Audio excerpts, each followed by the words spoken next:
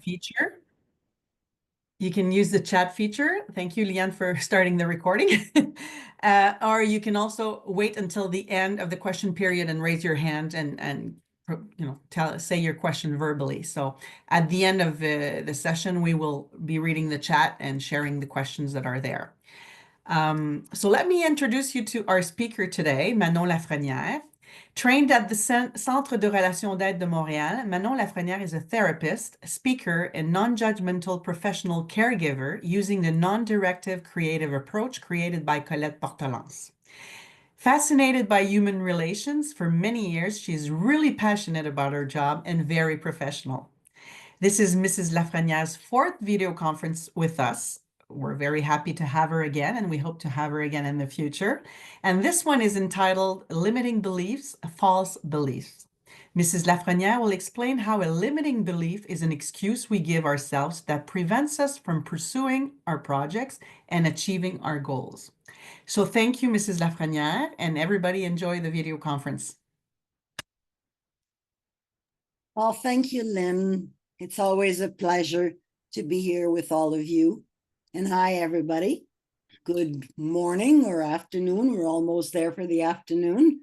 I'm pleased to see you. And I'm very happy to be here. I love being able to talk with people and exchange things. You know, I've been a therapist for many years, and I do have different specialties.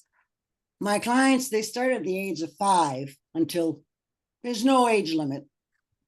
And I do specialize working with children, teenagers, adults, couples, families, grief counselor, medical aid counselor. So it's all, I do a lot of things, and I do a lot of conferences, and I do travel throughout the region here from Fort Coulonge all the way down to Les Petites Nations, Saint-André-d'Avelin. I do all the villages and present different conferences on different subjects.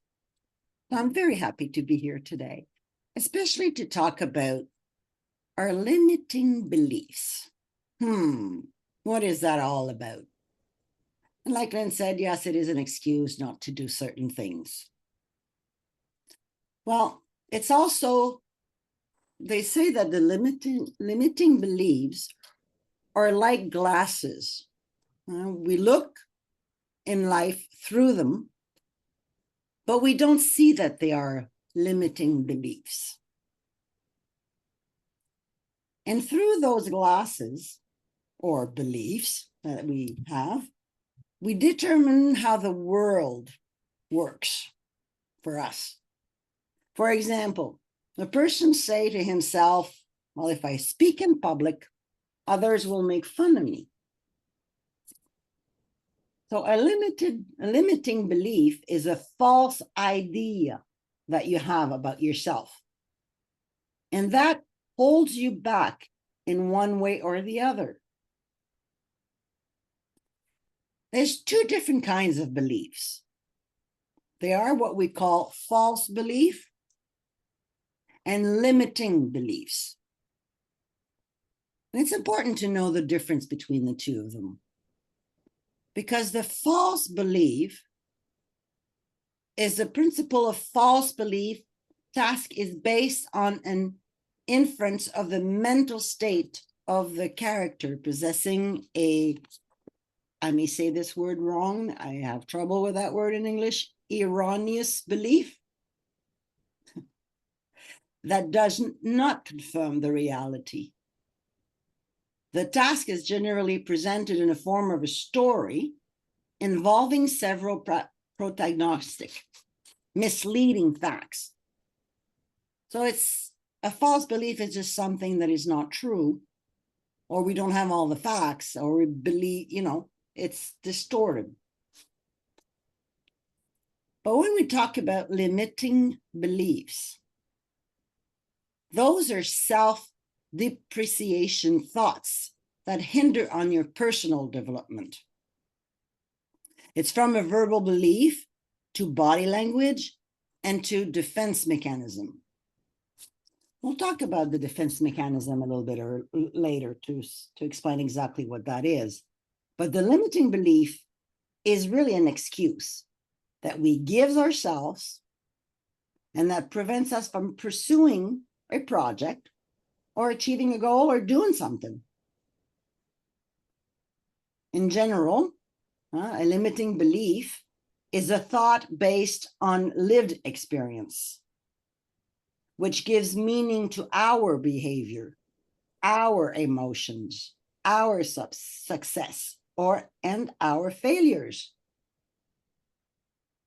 So they are a poor guide to the truth of who we are.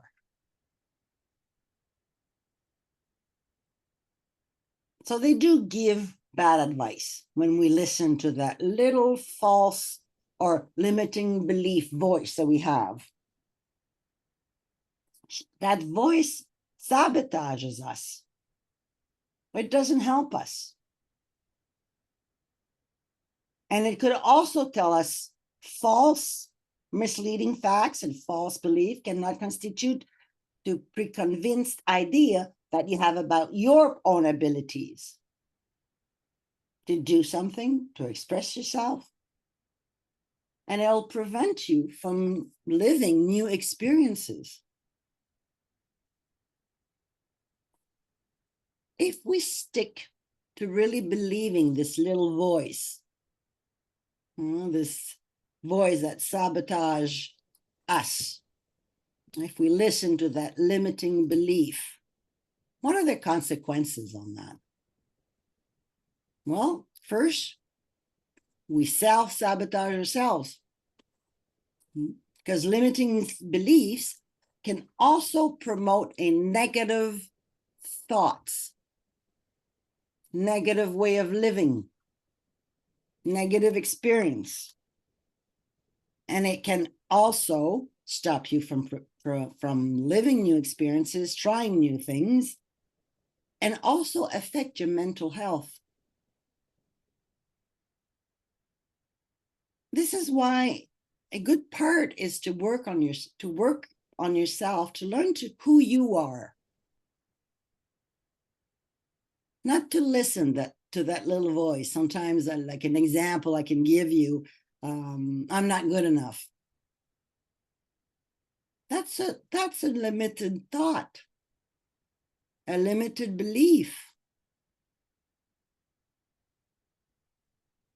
Also, a limiting belief, another consequence, is that it will block you. It will prevent you from understanding or dreaming or even believing in yourself. And then we become victims. We victimize ourselves. And that can come from our legacy, our education, our life experience.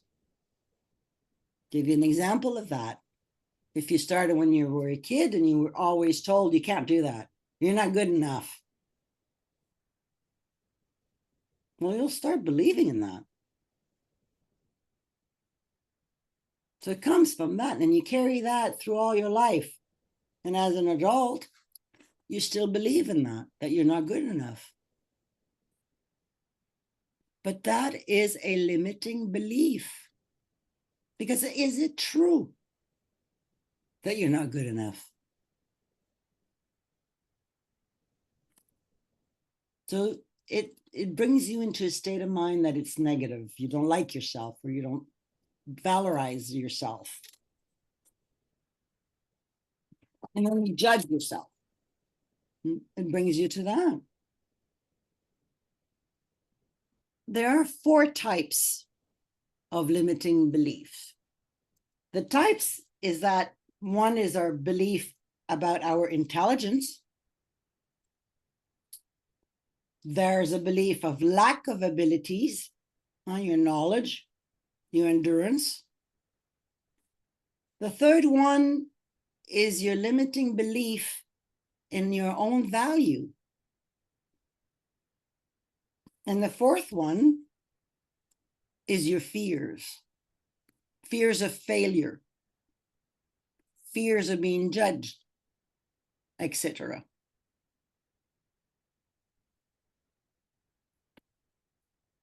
I'll give you a couple of examples, and I'm sure maybe one of them or more you've said to yourself throughout your life, or even again today. Example, I'm not capable of doing that. I'm not capable of managing this project.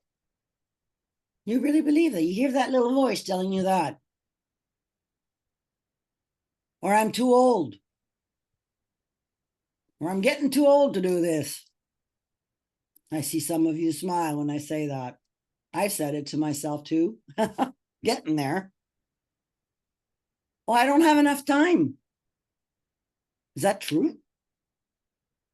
Or is it an excuse not to do it?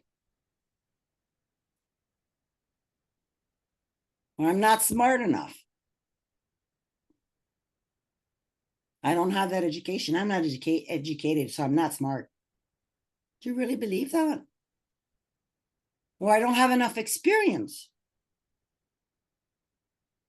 Let's say if I'm 75, I've got 75 years of experience. That's the truth. Oh, I will never succeed. That may come from a time that since you were young, you were told that you'll never be good for anything. And you start believing that, so you'll never succeed. So it's stopping you from doing things.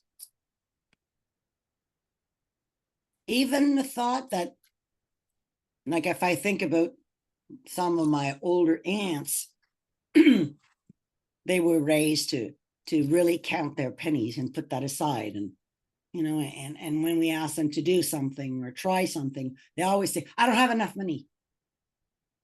But I know they had a nice bundle of money. But for them, their limited belief is that I don't have enough money. She was scared of not having enough money. But it's not true because she did.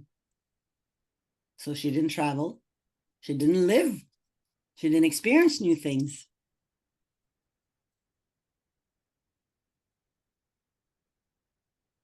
Or I'm not good enough. I don't deserve it. When we say sometimes, spoil yourself. I don't deserve it. Oh, come on, get it. No, don't deserve it. I don't have confidence in myself. I won't be able to do that. Can't do that. Oh, it's dangerous. I can't. Is it true that it's dangerous or not? Or I'm not creative enough.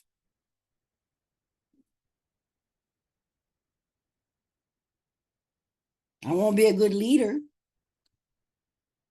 Or even say, well, I am the way I am and I ain't doing it. Well, that can be a limited thought too, or belief.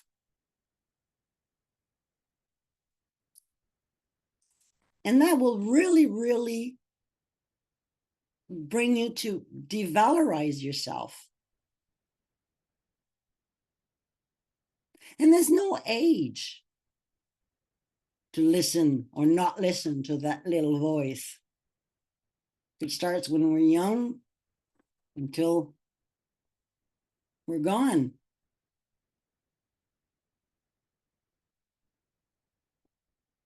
And you know, these types of limiting beliefs, they come from personal experience sometimes, or experience that you've seen. And they really come from a fear. To really stop and say, okay, I'm not good enough. Or if somebody asks you to speak in public or talk in a group, you say, oh, I'm not good enough. I can't do that. Well, take a moment and stop and think, why? Why does that little voice is saying this to me? I'm scared of what? Scared of being judged? Am I scared of people will think they'll laugh at me? Or they'll think, what does he know? or she knows. So we're scared of something. And it's to see, okay, is this worry or that fear, is it true or not?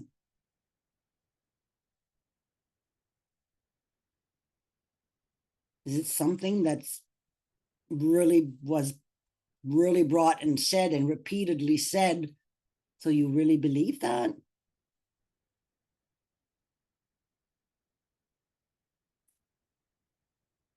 And the brain will tell you, will say those words, that little voice in your head, because your brain is made in a way that it will try to protect you from something, protect you from your fear. Because, example, if you're scared or that they will judge you, and if they do judge you, it hurts. It hurts you. You don't feel good. So the brain, without knowing what, or you being conscious of it, will create that little voice or that limiting belief to prevent you from doing it. And it thinks it's protecting you, but it's not. It's just creating a wall for you not to go there. And that's called a defense mechanism. Because it's defending you against a feeling that doesn't feel good. Like pain, sadness.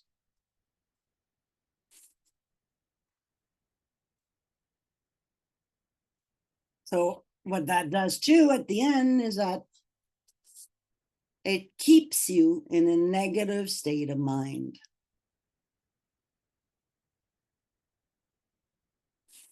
And that can bring depression, loneliness, all kinds of stuff.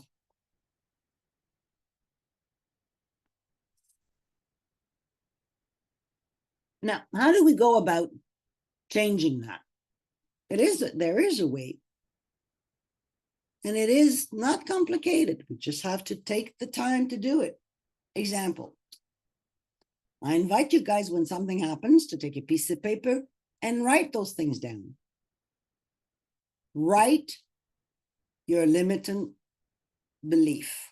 Write it down. I'm not good enough. I'm too old. I'm not intelligent enough. I won't succeed.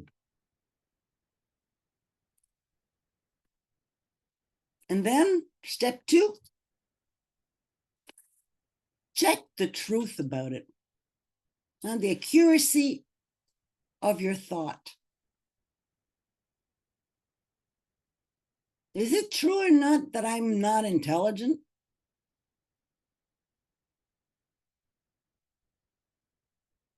Is it true or not that I'm too old? Example, to go cycling. I'm not going to go on a bike. I'm too old. Is it true or not? Maybe it is true, but it's not because you're too old. It's maybe because physically you can't anymore. Or is it because you're scared? Well, I'll be too slow. So it's to separate, to really identify all of that.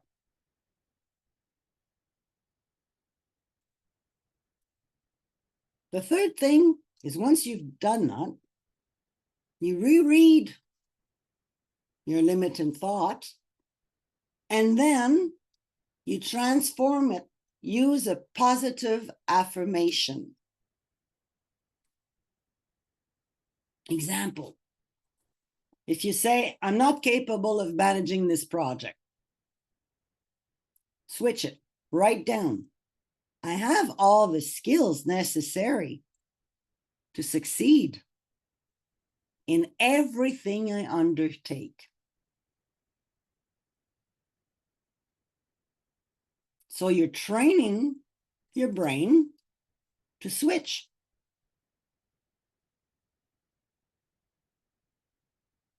Another example. I do not have enough time to devote time to me personally. Well, switch it. I have the capacity to reorganize my time in order to focus or take care of me.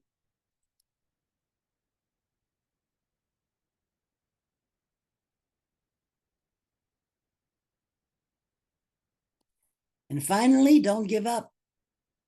Don't give up on yourself. Learn to be true to yourself.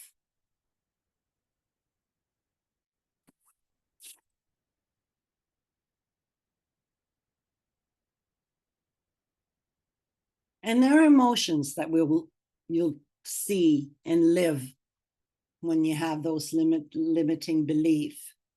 That can bring you to an emotion of despair. And that happens when you are convinced that it is impossible to achieve something you want to obtain.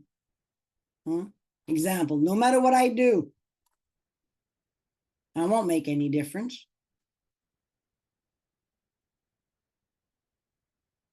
Or another one, what I want to do is impossible to obtain. And that creates a function that we call victim. You become a victim. You create yourself as a victim. You're victimizing yourself because you're bringing yourself down, down, down all the time.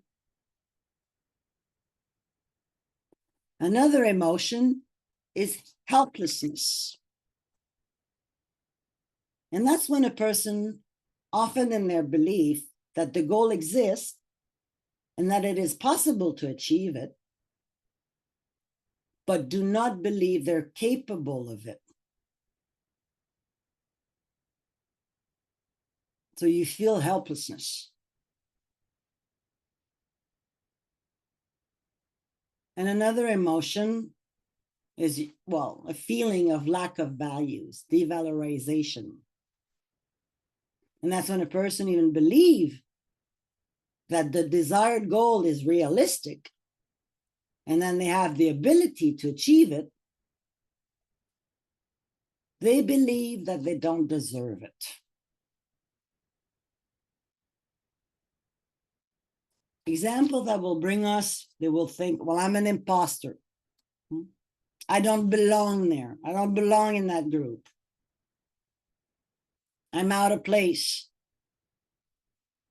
That's feeling like an imposter. And that creates that syndrome.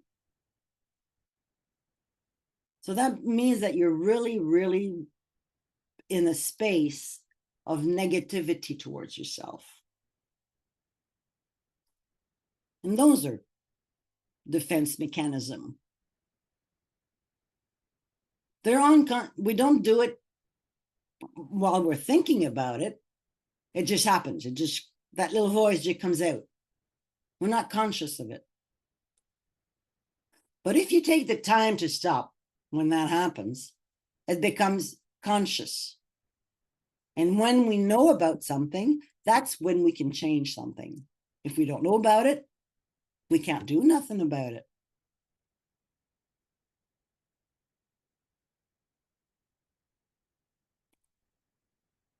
And Colette Portelance, in one of her books, The CNDA Way, A Revolutionary Approach to Relationship and Self-Love, she writes about the defense mechanism, that it's an unconscious means used by our psyche to protect itself against the presence of unpleasant emotions that emerge from the relation and the imaginary process, because it's all imaginary. If I come back to the saying, I'm not intelligent anymore, and I'm not intelligent enough, is that true or not? That's a belief. It's imaginary. And she says that what she proposes is that the approach proposed in relation to the defense mechanism is to help the person become aware of it in order to see where the negative effects are. And then they can, like I said earlier, they can transform and recognize them honestly. Be true to yourself.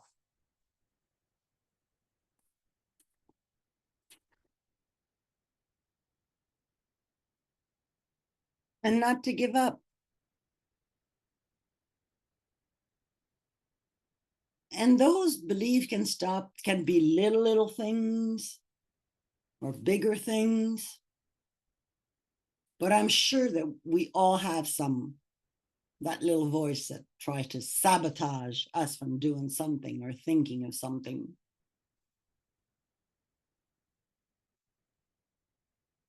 I can go on and on and on, but I'm looking at the time and I'm already at the end for me talking. Now it's time for you guys to talk. If you have any questions or comments, I'm open. Thank you. Merci, Manon. Thank you very much, Manon.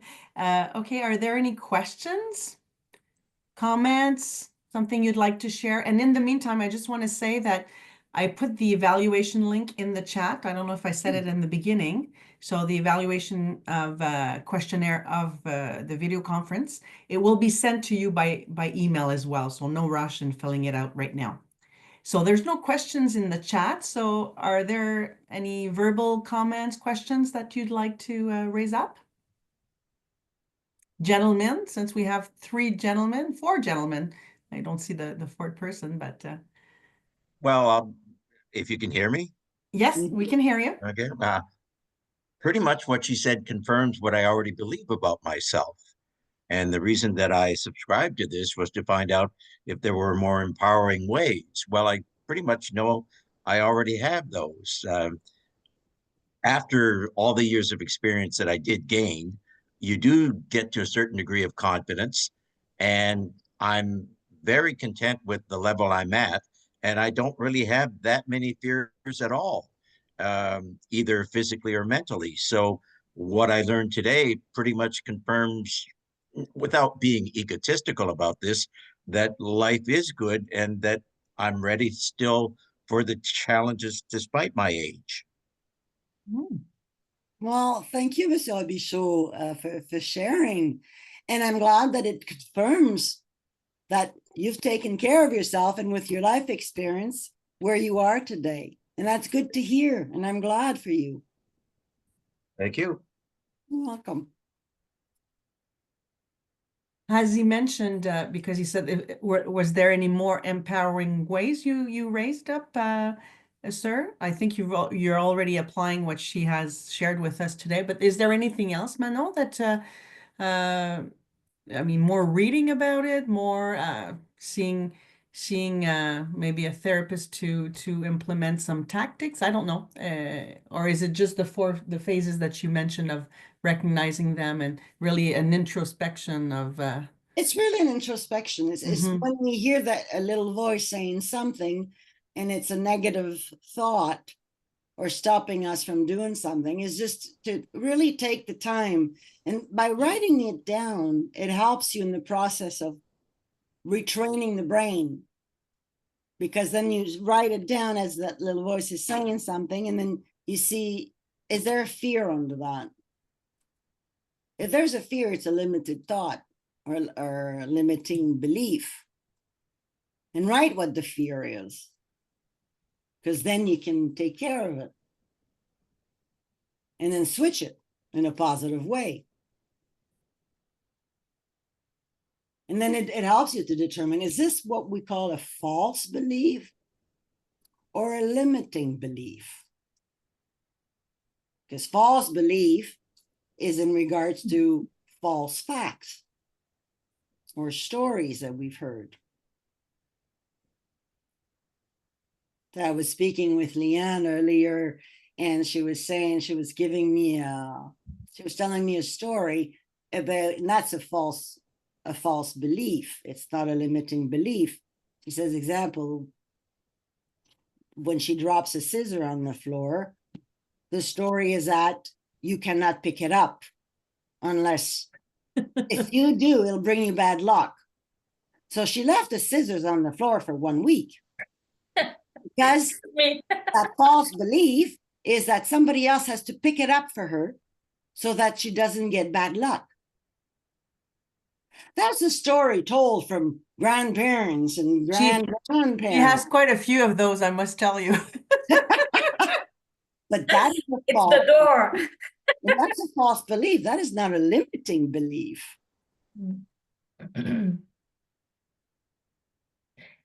We have a comments from Mr. Prue. He said, thanks, it was a great reminder with good tips to help relaunch some opportunities in moving forward. That's good. Mm, Yeah, that's a good message. Thank you, Mr. yes, thank you. Thank you, Monsieur Prou. Any experience from people? Mr. Gordon? Yes, hello. Can you hear me? All right. Yes. Yes, Mhm. okay. So for myself, I've had some background in this area and in strategic planning. Now, pushing this forward to a group that I'll be working with in the near future, and it will take a couple of years. Your body of knowledge is specialized, and I'm sure you do give courses or at least and exercises more elaborated when you're in person in a group, or it could be in another chat or a video conferencing like what we're doing now. This group, though, I'm thinking of is mainly, they're older folks, okay, older folks. And I'm working with an individual who will be doing strategic planning for this group. I was wondering if you are open to joining a group like this in the future, or providing some resources, or someone you work with who could animate such a group. It might be 20 or 30 people, you know. Absolutely. Yeah. Absolutely. And you see here today, I have half an hour. Yeah. So I talk for half an hour. But this really, it's a workshop that I also do, and it's a workshop that can last an hour and a half to 2 hours. I see. Yes. So it all depends. I adapt myself according to the time that the people are giving me. Uh-huh. So yes, So- we can go deeper in things and really talk and share and work on things, on specific things with this. All right. So perhaps if I might just put something in the chat, and if you would provide your contact information, I will turn you over to perhaps the coordinator who's doing this work, and she might schedule you if that's something that obviously you're open to. Thank you. Thank you, Absolutely. Manon. Yeah. You're welcome. Right. I believe that, Liane, when you send the email, you can provide Manon's information, right? So we can do it this way if you want. Okay. So anybody else who want to share something or comment or? We had talked about in the French session that we just had earlier about the syndrome de l'imposteur. What is it in English? I'm sorry. Imposter syndrome? Yeah. Is it? Okay. Imposter. The Okay. imposter syndrome. Yes. So somebody had a question about that, like wanting to understand it better, in relation with limited beliefs and things like that. So is this something that you'd like to know more about? I'm turning to the participants. Is this something you'd like Manon to know? I've never suffered from it. Okay, so I'm good. Good for you. Good for you. Oh, some people do all the time, or when they're not too confident in their abilities. Exactly. Yeah. Okay. Well, somebody said I would be interested. John Muir said yes, he'd be interested. Can you talk a bit about more the imposter syndrome then, Manon? Yeah, an imposter syndrome is really related to how you feel about yourself. Example, I'll talk about an experience that I lived many, many years ago where I carry the imposter syndrome. It's when I was in school to become a therapist, and then we had to start practicing with clients. At first, my little voice says, "Oh, you're not good enough. Do you really believe you can do a difference?" And then at school, they say, "Yeah, you're ready, you're this, you're that." And I felt like an imposter sitting in front of the clients and trying to help them. But that was a limited belief, because I had done my 3 years of schooling and all my experience, and I was ready. But my confidence in myself was so low, wasn't there. And so I felt like an imposter. But working on that and coming back to the truth of who I am, that's the imposter syndrome flew away. I didn't listen to that thought anymore. Does that answer your question, Mr. Muir? Yes, what I don't, he hasn't responded in the chat, but Oh, that helps. Good. I would think that yes. I've lived in that imposter syndrome a few times. Like if in my experience, as I was teaching informatics, and I thought I wasn't advanced enough to to teach users, but my trick was to just share how I felt. Okay, I don't have all the answers. I'm here to gain experience, and and it walked me through, and it was fine. I just it's like when you have to sell something that you're not convinced of, it's like it doesn't work. So you just by being yourself and being transparent helps out. Because we Absolutely. can't be perfect, we can't know it all, we can't, we're Oh, just no, no. because nothing is perfect. And if Right. we carry the perfectionist in us, there's one sentence that Colette Portelance says is that we need to learn that we are perfectly imperfect. Yep. And that helps too. Manon, about the book, can you tell us where we can obtain this book? Is it in the library, and online, Amazon? In any good libraries, you can have Colette Portelance's book, or you can order it online on les éditions du Cram. Okay. Because it is in French and it is in English. So that's what the title that I had given Can you. you show us just the cover? I don't know, because You have it in French. I have the French version. Okay. But there's the English version, which is the CNDA way, a revolutionary approach to relationship and self-love. Interesting. Yeah. Okay. It's Good to know. Yeah. Okay. Well, I think we're going to end here. If ever you had any questions or comments that would come up afterwards, you can always write to us and we can share them with Manon. So thank you very much for your participation. And the evaluation link, as I said, is in the chat here, but it will also be sent to you. And we would really like for you to fill it out. It doesn't take a long time. Yes, we'd like to know about the video conference, how you are assessing the delivery and everything, the logistics as well. But also we want to know if there are any topics that you'd like for us to present in the future. We base our video conferences on what the people, our members want, and we try to have them twice a month. So any suggestions of topics or anything, or maybe even one topic we've already covered, but you'd like something more focused, just share with us in the evaluation. Okay?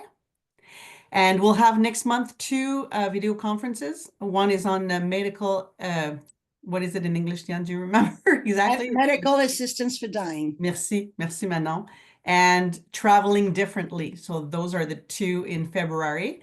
And there's more in our February newsletter, which you certainly receive by email. We'll also share what's coming up in the months after that as topics. But please do share with us if you have any suggestions.